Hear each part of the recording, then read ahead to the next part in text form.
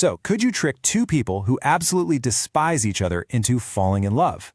It sounds like the plot of a modern rom-com, right? Well, Shakespeare basically invented it 400 years ago. We're about to break down a story driven entirely by gossip, lies, and one massive misunderstanding. This is Much Ado About Nothing. First up, meet Beatrice. This woman is brilliant. She's fiercely independent, and she has, let's just say, zero time for love or marriage. Her whole deal is this constant merry war of wits she wages against pretty much everyone.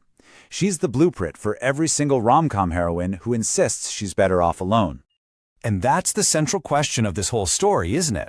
We're about to see what happens when a good lie, a well-intentioned trick, is used to spark a romance, while at the exact same time, a truly nasty lie threatens to tear another one apart. It all comes down to the power of gossip. All right, so let's set the scene. We're in Messina. A bunch of soldiers are back from the war and they're ready for a party.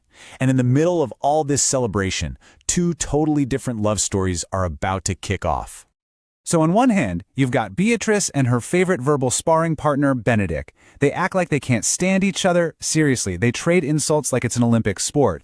Then, on the other hand, you have Claudio and Hero. For them, it's instant. Love at first sight, super sweet, picture perfect. It's almost a little too perfect, you know?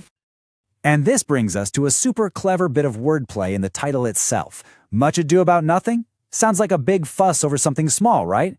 But back in Shakespeare's day, the word nothing was pronounced a lot like noting, as in taking note of things, observing, gossiping.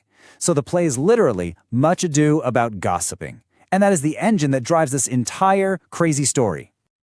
So, everyone can see that underneath all the insults, Beatrice and Benedict have some serious chemistry. So their friends decide to play Cupid. But oh no, they're not just going to tell them to get together. They cook up a scheme that's way more complicated and way funnier.